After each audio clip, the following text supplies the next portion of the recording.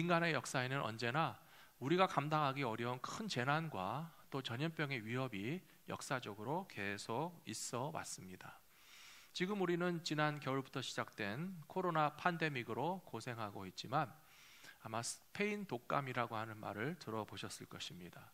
1918년과 1919년에 걸쳐서 전 세계적으로 엄청나게 많은 사람들에게 고통과 또 죽음을 가져왔던 스페인 독감이라고 하는 것이 있었는데, 이렇게 100년이 지난 이후에 또 다른 바이러스의 공격으로 전 세계적인 전염병으로 고통받게 될 줄이야 누가 알았겠습니까? 이와 같은 위기의 시대 가운데서 믿음의 사람들, 크리스찬들은 어떻게 살아가는 것이 옳고, 이 위기를 극복하기 위한 성경적인 지혜와 하나님의 뜻이 어디에 있으신가 말씀을 통해서 교훈을 얻는 것이 꼭 필요하다고 생각되어서 오늘 말씀을 준비하였습니다. 오늘부터 저는 사사기에 나오는 사사들의 이야기를 통해서 위기의 시대에 거룩한 리더십이 꼭 필요한데, 사사기 시대에 하나님의 백성들은 어떻게 살았고, 또 하나님께서 세우신 사사들을 통해서 어떻게 문제들을 해결해 나갔었는지를 함께 배울 수 있기를 원합니다. 12명 정도의 대표적인 사사들이 있었습니다. 그 중에서 첫 번째 사사로 꼽히는 온니엘은 여호수아의 공식적인 후계자라고 성경에 나와 있지는 않지만 여호수아와 갈렙의 시대를 잇는 바로 그 직후에 맨 처음 사사이기 때문에 여호수아가 죽은 후에 이스라엘 백성들을 위한 영적인 지도자로서 하나님께서 세워주셨다라고 하는 것을 우리가 알 수 있습니다. 사사기 1장에 보시면 온니엘은 갈렙의 동생인 그나스의 아들이다, 그렇게 되어 있습니다. 잘 아시는 것처럼 여호수아와 갈렙은 12명의 정탐꾼 가운데서도 믿음으로 하나님의 약속을 바라보면서 광야길 40년 동안에 모세와 더불어서 하나님 앞에 충성하고 약속의 땅을 얻기 위하여서 열심히 싸우던 그런 훌륭한 인물이 아니겠습니까? 이 온니엘이라고 하는 사람은 바로 갈렙이 자기 큰아버지입니다. 얼마나 훌륭한 믿음의 가족을 가지고 있었고, 85세가 될 때까지 칼을 들고 산에 올라가서 가장 험악한 땅에서 하나님의 백성들이 정말 승리할 수 있도록 앞장서서 싸우는 그런 자기의 큰아버지 갈렙을 보면서 믿음을 키우고 신앙을 키우고 담대함을 키우고, 또 온니엘이라고 하는 이름 뜻이요, 하나님은 나의 힘이시다 라고 하는 제목이었다고 합니다. 사랑하는 성도 여러분, 우리의 이름은 온니엘이 아니지만 오늘 우리가 위기의 시대를 살아가면서 고백해야 할 신앙과 믿음이 있다면 하나님은 나의 힘이시다 라고 고백하고 살아가시는 거룩한 주의 백성들이 다 되시기를 축복합니다. 이 온니엘이라고 하는 첫 번째 사사는 사사기 1장, 2장, 3장에 걸쳐서 그의 이름이 나와 있는데요, 사사기 3장에 가서 보시면 메소포타미아의 왕이었던 구산 리사다임이라고 하는 왕을 물리치고, 이 온니엘이 사사로서 일하기 전까지 8년 동안 이스라엘 백성들이 고통을 받으면서 메소포타미아 왕에게 굴복을 하고 그에게 식량을 뺏기고 좋은 것을 뺏기고 복종하는 삶을 살다가 이 온니엘이라고 하는 사사를 세우심으로써 그들의 고통 가운데서 건져주셨다라고 하는 이야기를 오늘 우리가 같이 보시게 되겠습니다. 하나님께서는 오늘 사사기 2장을 통해서 왜 이스라엘 백성들이 그런 외국에게, 주변에 있는 나라들에게 고통을 당하도록 내버려 두셨는가 라고 하는 이야기를 분명히 설명해 주시고 있는데요, 그것은 이스라엘 백성들이 하나님과의 언약을 잊어버리고 가나안 땅의 우상인 바알이나 아세라와 같은 그런 이방 종교의 마음을 빼앗긴 것에 대해서 하나님께서 진노하셨고, 이스라엘 백성들이 정신을 차리게 하시려고 고통의 시간을 겪을 수밖에 없도록 하나님께서 그렇게 내버려 두신 것이다 라고 설명하고 있습니다. 저는 성경을 읽을 때마다 이스라엘 백성들이 왜 그렇게 바알과 아세라 우상을 좋아하는지 이해하려고 해도 잘 이해가 안 되더라고요. 성경을 보면요, 끊임없이 바알의 이야기가 나오고 아세라의 이야기가 나오고 우상 종교에 관한 이야기가 나오는데요, 그러나 우리가 지금 살아가고 있는 시대를 가만히 보아도 역시 사람들은 똑같다는 것을 생각하게 됩니다. 바알과 아세라 우상의 특징은요, 두 가지를 교묘하게 조합했어요. 하나는 풍요를 가져다 준다고 했고요, 풍요뿐만 아니라 쾌락도 준다라고 약속을 하면서 사람들의 마음을 빼앗았습니다. 우리가 가만히 생각해 보면 경제적인 안정을 싫어하는 사람은 아무도 없습니다. 그리고 신앙적으로 볼 때에도 하나님께서 우리의 삶에 필요한 것을 채우시고 넘치게 하시기 때문에 풍요를 추구하는 것 자체를 죄라고는 말할 수 없습니다. 중요한 것은 우리에게 풍요를 주시는 분이 여호와 하나님이라는 사실을 잊어버린 채 우상이 더 쉽고 빠르게 줄 것이라고 속아 넘어가지 마셔야 된다는 거예요. 쾌락도 마찬가지입니다. 우리가 육신을 가진 존재로서 우리 몸의 즐거움을 추구하는 것이 죄입니까? 그렇지 않습니다. 하나님은요, 우리에게 기쁨도 주시고 즐거움도 주시고, 맛있는 음식을 먹으면 그 음식을 먹을 때 행복하고요, 아름다운 찬양을 들으면 그 찬양을 들을 때 우리 마음에 기쁨이 솟아나고요, 정말 좋은 음악이나 멋진 그림이나 아름다운 여행지에 가면 너무 좋다, 아름답다, 즐거움을 추구할 수 있는 특권을 하나님께 주셨기 때문에 쾌락 자체가 악한 것이 아닙니다. 문제는 그 쾌락을 얻는 과정과 방법이 악하고 파괴적이고 거짓되고 남에게 피해를 끼치면서 진짜 쾌락이 아닌 가짜 쾌락에 빠져서 우상을 섬기는 것을 통해서 쾌락을 얻게 될 것이라고 하는 그런 속임수에 넘어가지 말아야 하나님이 주시는 거룩한 기쁨과 즐거움도, 풍요의 기쁨도 맛보시게 될 것이라고 저는 믿습니다. 이스라엘 백성들이 바로 그 사실을 잊어버린 것입니다. 하나님이 주시는 풍요가 아닌 가나안의 풍요의 신인 바알을 섬기면 그들이 잘 먹고 잘 살 것이다 라고 속아 넘어갔고요, 그 바알을 섬기는 악하고 음란한 우상 숭배를 통해서 쾌락을 맛볼 것이라고 하는 거짓말과 속임수에 넘어갔기 때문에 하나님을 멀리 떠났을 때 하나님께서는 때때로 이렇게 가나안의 다른 나라와 다른 민족들을 통해서, 이 온니엘의 시대는 메소포타미아의 왕 구산 리사다임을 통해서 8년 동안 고통을 주심으로써 정신을 차리게 하신 것 같이, 오늘 우리들도 당하는 재난과 고통 가운데서 하나님은 우리가 무엇을 깨닫고 하나님께로 다시 돌아와서 정신을 차리고 거룩한 삶을 살기 원하시는지를 분명히 분별하실 수 있는 저와 여러분들이 되시기를 부탁합니다. 오늘 말씀해 보시면 하나님께서 사사를 세우시는 목적과 이유가 있다고 분명히 나와 있는데요, 하나님은 사사를 세우심으로써 재난에서 건져주시고 원수에게서 구원해 주신다라고 되어 있습니다. 오늘 읽으신 본문 말씀 2장 18절에 보시면 여호와께서 그들을 위하여 사사들을 세우실 때에는 그 사사와 함께 하셨고, 그 사사가 사는 날 동안에는 여호와께서 그들을 대적의 손에서 구원하셨으니, 이는 그들이 대적에게 압박과 괴롭게 함을 받아 슬피 부르짖음으로 여호와께서 뜻을 돌이키셨음이언을, 그렇게 되어 있습니다. 사랑하는 성도 여러분, 우리가 당하는 재난과 고통 가운데서요, 믿음의 사람들이 해야 될 첫 번째 가장 중요한 일이 무엇이겠습니까? 여기 말씀에 나와 있는 것처럼 하나님 앞에 부르짖는 것입니다. 기도하는 것입니다.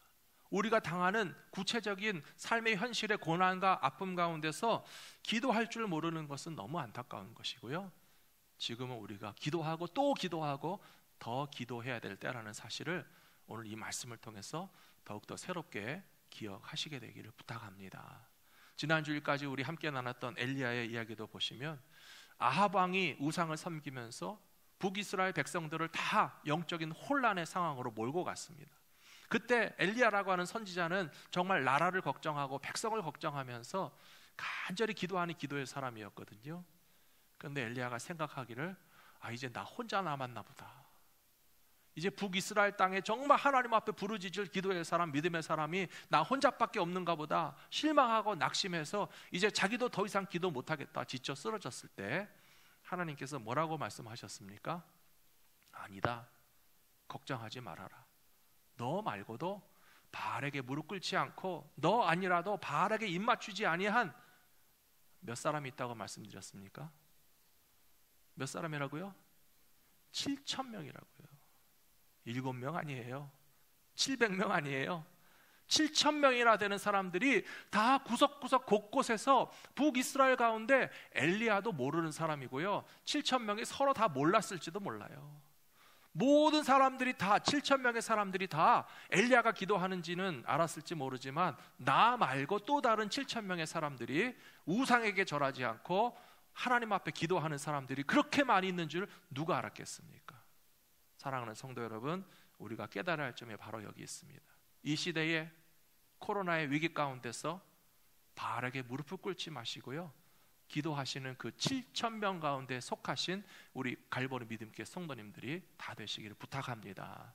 서로의 사정을 알지 못해도 얼마나 하나님 앞에 부르짖고 있는지 우리가 다 볼 수는 없다 할지라도 우리가 각각 있는 자리에서 다 하나님 앞에 부르짖고 우리가 지금 이 시대에 당하는 고통과 괴로움에서부터 우리도 건져주시고 이 국가와 사회와 민족들을 다 하나님께서 건져주시기를 기도한다면 하나님은 이 위기 가운데서 기도의 사람들을 통하여 반드시 우리를 보호하시고 이 위기를 다 지나가게 하여 주실 것이라고 믿습니다. 두 번째로, 위기의 시대에는 신앙의 사람들이 시험을 통과하고 이겨내야 됩니다. 신앙적 시험을 통과하지 못하면 재난과 위기도 극복할 수 없습니다. 사사기 3장 4절 말씀해 보시면 하나님께서 이방 민족들을 남겨두신 이유는 이스라엘을 시험하사 여호와께서 모세를 통하여 그들의 조상들에게 이르신 명령을 순종하는지 알고자 하셨더라. 그렇게 되어 있습니다. 오늘 본문 말씀 2장 22절에서도 하나님께서 여호수아 때까지 남아있던 이방 족속들을 몰아내지 않으신 이유가 이스라엘 백성들의 믿음을 시험하기 위하여서 그들을 남겨두셨다. 똑같은 2장의 말씀과 3장의 말씀이 일치되는 것을 볼 수 있습니다. 그렇다면 코로나는요, 오늘 우리 시대의 시험입니다. 하나님께서 우리의 믿음을 보시기 위해서 지금 시험을 주시는 건데요, 하나님이 주시는 시험과 마귀가 주는 시험은 조금 다릅니다. 하나님이 주는 시험은 영어에서 테스트라고 그랬습니다. 시험 보는 것입니다. 학생이 공부를 잘 했는지, 실력이 되는지, 자격을 갖췄는지 군인이 훈련받고 테스트하고요, 의사 선생님이 의사가 되기 위해서는 시험을 보고 합격해야 자격증을 얻는 것이고요, 우리들이 믿음에 있어서도 역시 시험을 보고 테스트를 통해서 합격할 수 있도록 코로나가 우리에게 하나의 시험으로서 다가왔다는 사실을 깨닫고서 이 시대에 하나님 앞에 인정받을 수 있는 믿음의 사람으로 끝까지 나아가셔야 된다고 저는 믿습니다. 또 한 가지, 마귀가 가져다주는 시험은요, 글자는 똑같이 시험이라고 되어 있지만 영어에 보시면 템프테이션이라고 되어 있어요. 그것은 유혹입니다. 우리를 죄짓게 만들고 우리를 넘어지게 만들고 우리를 하나님에게서부터 멀어지게 만들려고 하는 마귀의 시험은 유혹이고 템프테이션이고, 하나님이 우리에게 주시는 시험은 우리의 신앙이 얼마나 바로 서 있는가를 확인하시기 위한 그런 검증 과정인데요, 재미있는 것은 시험을 받다가 보면 시험을 당할 수도 있다는 거예요. 무슨 말인지 이해되세요? 시험을 받다가 보면 시험 당할 수도 있어요. 제가 쉬운 예를 설명해 드릴게요. 요즘에 학교에서 학생들이 학교를 가지 못하니까요, 모든 수업을 온라인으로 집에서 받습니다. 수업을 영상으로 보는 것까지는 괜찮은데 이제 시험을 봐야 되지 않겠습니까? 교수님들이 시험 문제를 내놓고 학생들에게 집에서 시험을 보라고 하니까요, 시험을 보는데 시험이 오는 거예요. 유혹이 오는 거예요. 책을 보고 답을 쓸까 하는 생각이 들 수밖에 없고요, 더 기가 막힌 건 뭐냐 하면 학생들끼리 다 카톡방을 만들어 가지고 몰래 야, 몇 번 문제 답이 뭐냐, 시험을 보는데 시험이 왔어요. 그런데 중요한 것은요, 그게 바로 바알과 아세라를 섬기는 우상 숭배라고 하는 거예요. 학생들이 시험을 보는 것은 공부에서 얼마나 공부를 제대로 했는지 검증받는 과정이고, 하나님이 우리를 시험하시는 것은 우리의 믿음이 바로 서 있는지 확인하시려고 하는 과정인데, 열심히 공부하지 않고도 좋은 성적을 얻어서 자격이 없는 사람이 자격증을 얻으려고 하는 그 마음 자체가 우상 숭배라고 하는 사실을 왜 깨닫지 못하느냐는 것입니다. 만일에 학생들이 그런 식으로 속이고 거짓말을 하고 부정행위를 해서 아무리 좋은 성적을 얻는다고 해보세요. 평생토록 어떤 방식으로 살아가겠어요? 바알과 아세라를 섬기는 우상 숭배의 자세로 살아갈 수밖에 없습니다. 미국 땅에서도 코로나로 인하여서 경제 위기가 다가왔는데 비즈니스 하시는 분들을 돕기 위해서 국가적으로 도움을 주고 있습니다. 아마 우리 성도님들도 도움을 받으신 분들이 많이 계실 텐데요. 적어도 직원들 월급은 꼭 줘야 되겠다라고 해서 PPP라고 하는 자금을 지원받았거든요. 근데 국가의 자금을 지원받는 것은 절대 나쁜 것이 아닙니다. 생존을 위해서 정당한 사람들이 도움을 받아야 되겠죠. 근데 또 뉴스를 보니까요, 어떤 사람은 가짜 증명서를 통해서 나는 기업가이고 수백 명의 직원이 있으니 수십만 달러의 PPP 자금을 지원해 주십시오라고 받아서 사실은 다 가짜였어요.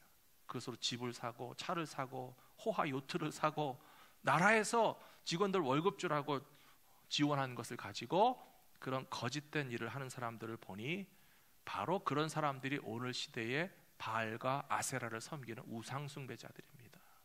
풍요인 것처럼 보이지만, 쾌락인 것처럼 보이지만 거짓과 속임수로써 하나님 앞에 거룩하지 못한 방법으로써 자격이 없는 사람이 풍요와 쾌락을 누리려고 하는 모든 것들이 바로 우상 숭배이고요.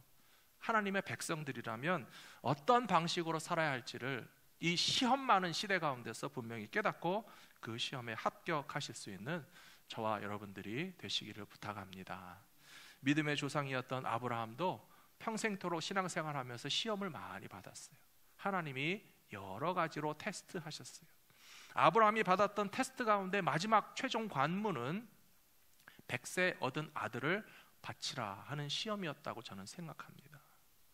한 가지 시험 같아 보이지만 아브라함에게 이삭을 바치라고 하신 하나님의 시험은요, 많은 주제가 한꺼번에 함축되어 있는 그런 종류의 시험이었어요. 그 시험 중에 하나는 바로 그것이라고 생각합니다.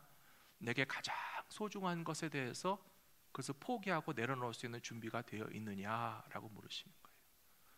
사랑하는 성도 여러분, 우리들에게 있어서 가장 소중한 것이 무엇입니까? 여러분이 생각할 때 나에게 가장 귀하다고 생각하는 것이 무엇입니까? 그것이 건강일 수도 있고요, 그것이 사업일 수도 있고요, 내가 아끼는 어떤 취미나 재산이나 혹은 고급 승용차나 요트일 수도 있겠죠. 혹은 항상 맛있는 음식을 먹으러 다니는 그런 어떤 식도락일 수도 있고, 혹은 어딘가 세계 곳곳에 마음껏 여행하고 즐거움을 추구하는 내 삶의 만족이 있었을 텐데요. 하나님은 아브라함에게 너는 이삭까지도 포기할 수 있느냐라고 물으시는 것처럼, 코로나 시대에 하나님은 우리들에게 가장 소중한 것들을 빼앗기고 잃어버리고 더 이상 누리지 못한다 할지라도 하나님이 더 귀하신 분이라고 하는 사실을 이제야 깨달을 수 있게 됐느냐라고 시험하실 때에 우리가 이 시험에 합격해야만 된다고 저는 믿습니다. 사랑하는 성도 여러분, 아브라함이 이삭을 포기한다고 해서 이삭을 빼앗겼습니까? 아니에요.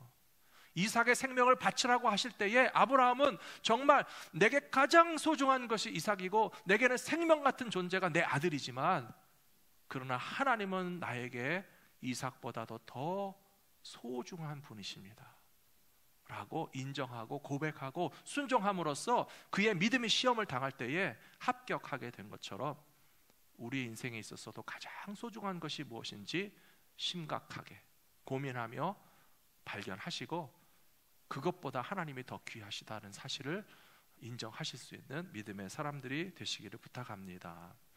아브라함은 이삭을 바칠 때에 그런 고민도 했을 거라고 저는 생각합니다. 하나님의 명령은 정말 다 순종해야 되는가? 여러분들은 어떻게 생각하세요? 하나님의 명령이면 다 순종해야 됩니까? 아니면 할 수 있으면 하고 못하겠으면 안 하고, 내가 할 수 있으면 하고 내가 못할 하나님의 명령은 안 지켜도 되고, 과연 그렇습니까? 하나님의 시험은요, 우리가 하고 싶고 안 하고를 떠나서가 아니에요. 우리가 할 수 있을 때는 순종하고 할 수 없다면 순종하지 않아도 되는 것이 아닙니다. 우리들 각자의 삶 가운데 분명히 하나님의 명령과 시험이 있으실 겁니다. 하고 싶지 않아도 순종하면 하나님께서는 우리의 그 믿음을 보시고 우리와 함께 하여 주실 것이라고 믿습니다. 나의 능력으로 순종할 수 없는 정도의 시험이 다가왔어도 하나님, 나는 못하지만 그러나 하나님께서 말씀하시니 그대로 행하겠습니다 라고 하는 자세로서 우리가 검증받는 믿음에 있어서 이 코로나 시대에 반드시 인정받으실 수 있는 하나님의 백성들이 다 되시기를 부탁합니다. 세 번째로 하나님의 영이 주장하시는 리더는 자기의 백성과 공동체를 안전하게 지킬 수 있습니다. 오늘 사사기 말씀을 보시면서 귀한 내용이 무엇인가 하면요, 이 온니엘이라고 하는 사사에게 하나님의 영이 함께 하셨다 하는 말이 나옵니다. 3장 10절 말씀해 보시면 여호와의 영이 그에게 임하셨으므로 그가 이스라엘의 사사가 되어 나가서 싸울 때 여호와께서 메소보다미아 왕 구산 리사다임을 그의 손에 넘겨주심에 온니엘의 손이 구산 리사다임을 이기니라, 그렇게 되어 있습니다. 사랑하는 성도 여러분, 하나님의 영이 함께 하시면 성령 충만한 사람입니다. 하나님의 인도하심을 따라가는 사람입니다. 내 힘과 경험과 지혜와 능력을 의지해서 살아가는 사람이 하나님의 영이 임하신 사람이 아니고요, 나는 하나님의 성령이 인도하시는 대로 살겠다라고 결단하고 순종하는 사람이 곧 하나님의 영이 함께하는 사람이기 때문에 위기의 시대를 극복해 나가는 리더들에게 공통점이 있다면 바로 성령 충만한 사람이라는 사실을 잊지 마시게 되기를 부탁합니다. 성경에 보시면 구약 성경에서는 하나님의 영이 함께 하셨다라고 하는 아주 정확한 표현은요, 딱 2번밖에 나오지 않습니다. 그래서 제가 그 표현을 찾아보니까 도대체 온니엘 사사 말고 또 다른 누구에게 하나님의 영이 임하셨다고 딱 기록되어 있는가 보니까 역대하 20장에 나와 있었습니다. 역대하 20장 14절에 보시면 여호와의 영이 회중 가운데에서 레위 사람 야하시엘에게 임하셨으니 그는 아삽 자손 맏다다의 현손이요 여이엘의 증손이요 분하야의 손자요 스가랴의 아들이더라. 야하시엘이 이르되 온 유다와 예루살렘 주민과 여호사밧 왕이여 들을지어다. 여호와께서 이같이 너희에게 말씀하시기를 너희는 이 큰 무리로 말미암아 두려워하거나 놀라지 말라. 이 전쟁은 너희에게 속한 것이 아니요 하나님께 속한 것이니라. 아멘. 사랑하는 성도 여러분, 이 말씀을 좀 현대적으로 재해석해서 읽어보십시오. 우리들이 여호와의 영이 임하신 진실한 성령 충만한 크리스찬이라면 우리는 우리가 지금 현재 당하는 문제에 대해서 뭐라고 선포해야 옳은 일이겠습니까? 우리는 코로나 팬데믹이라고 하는 전 세계적인 질병 가운데서 지금 고통받고 있죠. 그리고 그 여파로 말미암아서 정상적으로 사업을 하지 못하시고 직장 생활도 제대로 할 수 없고 모든 경제 활동과 삶의 이런 기준과 틀들이 지금 위협을 받고 있어요. 마치 이 야하시엘이라고 하는 제사장의 시대에 여호사밧 왕이 남유다를 통치하고 있었는데요, 이 여호사밧 왕이 어떤 왕인지 좀 아셔야 돼요. 여호사밧 왕은 북쪽의 아합 왕과 통혼했습니다. 남쪽 유다의 왕이지만 북쪽 이스라엘에서 우상 숭배 잘하는 것을 보면서 우리도 좀 같이 따라할까 하는 마음으로, 좀 죄송한 표현이지만 헛생각하고 있던 왕이었어요. 정신 못 차리고 있었어요. 그러니까 하나님께서 이 여호사밧 왕 정신 차리게 하시려고 모압과 암몬과 아람 군대를 연합군으로 조직해서 이제 남유다 이스라엘을 향해서 한꺼번에 쳐들어오게 하신 거예요. 그러니까 그때서 여호사밧 왕이 놀라서 걱정하면서 하나님 살려주십시오 라고 성전에 가서 기도하기 시작했거든요. 그랬더니 하나님의 영이 레위 지파 제사장인 야하시알에게 임하여서 하는 말씀이 바로 이것입니다. 15절에서 온 유다와 예루살렘의 주민과 여호사밧 왕이여 들을지어다. 여호와께서 이같이 말씀하시기를 너희는 이 큰 무리로 말미암아 아람 군대, 모압 족속, 암몬 족속 연합군이 예루살렘을 향해서 쳐들어오는 것에 대하여서 두려워하지 말고 놀라지 말고 이 전쟁이 너희에게 속한 것이 아니고 하나님께 속한 전쟁인 줄 알아라. 하나님께 속했다는 것이 무엇입니까? 우리가 싸울 싸움이 아니고 하나님이 싸우시는 싸움이라는 거예요. 사랑하는 성도 여러분, 코로나 문제 우리가 해결할 수 있습니까? 우리는 못합니다. 근데 누가 해결해 주셔야 됩니까?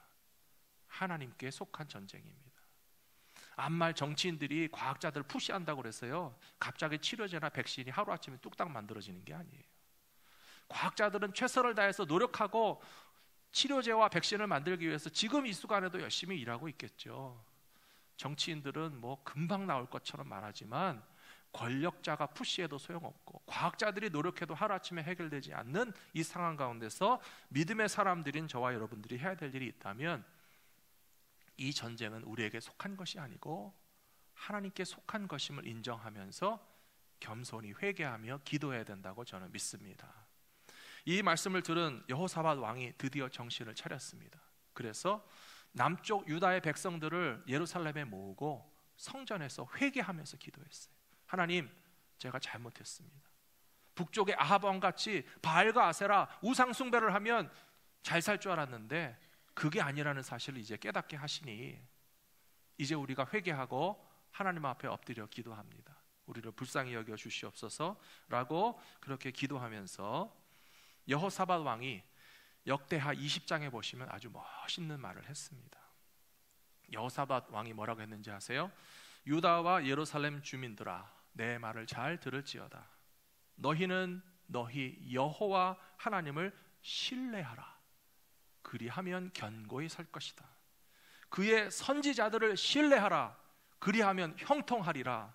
라고 하면서 여호와께 감사하세. 그의 인자하심이 영원하미로다. 우리가 찬양하자고 그랬어요. 우리가 예배하자고 그랬어요. 그리고 놀라운 것은 전쟁 준비와 아무 상관없는 일 같아 보여요. 회개하고 신뢰하고 찬송하고 예배하는 것이 아무것도 아닌 것 같아 보이지만, 여호사밧 왕과 남유다의 백성들이 예루살렘에 모여서 하나님 앞에 찬송하고 기도하고 감사하는 그 노래와 찬송이 시작될 때에, 성경에 분명히 그렇게 나와 있습니다. 노래와 찬송이 시작될 때에 여호와께서 유다를 치러 올라오는 자들을 다 혼란에 빠지게 하셔서 자기네끼리 싸우게 만드셨어요. 아람이 모압을 치고 모압이 암몬을 치고 암몬은 아람을 치고, 하나님의 백성들은 손 하나 까딱 할 필요가 없어요. 해도 소용이 없지만은 하나님께서는 원수들끼리 자중질환이 일어나고 자기들끼리 싸우게 하시고, 예루살렘을 치러 오던 그런 외국의 군대들이 혼란에 빠져서 자기네끼리 싸우다가 그냥 다 물러가게 하시는 승리를 허락해 주신 그때에 하나님의 사람들이 했던 일이 무엇인지 기억하십시오. 찬송과 기도인데요, 그 전에 회개가 있어요. 찬송과 기도인데요, 그 전에 기도가 있어요. 하나님 앞에 찬송과 노래를 부르기 전에 왕과 백성들이 하나님 앞에서 겸비하고 회개하고, 이 싸움은 우리는 못 싸웁니다. 그러나 하나님이 싸워서 승리하실 줄로 믿습니다. 성령 충만한 영적 지도자가 세워지면 어느 시대나 하나님께서 우리 가운데 구원을 베풀어 주실 것이라고 저는 믿습니다.